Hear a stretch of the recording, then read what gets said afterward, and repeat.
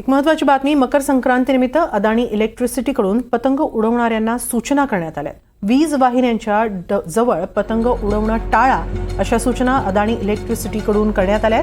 मकर संक्रांतीच्या आनंदमय सणानिमित्त अदानी इलेक्ट्रिसिटी मुंबईकरांना चांगल्या आरोग्याची आणि सुखसमृद्धीची शुभेच्छा देते।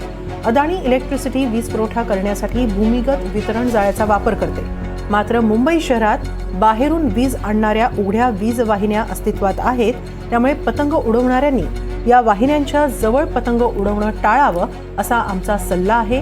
हे लक्षात घेणं महत्त्वाचं आहे की पतंगाचा दोर किंवा मांजा हा विद्युत वाहक आहे।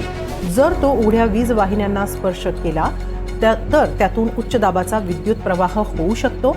अदानी इलेक्ट्रिसिटी मुंबईतील नागरिक आणि ग्राहकांना आवाहन करते की जर त्यांनी उघड्या वीज वाहिन्यांच्या जवळ पतंग उडवले आणि त्यामुळे कोणताही अनुचित प्रकार घडताना पाहिला किंवा त्याची माहिती मिळाली तर तात्काळ अदानी इलेक्ट्रिसिटीच्या 1922 या वीज हेल्पलाईनवर संपर्क साधावा।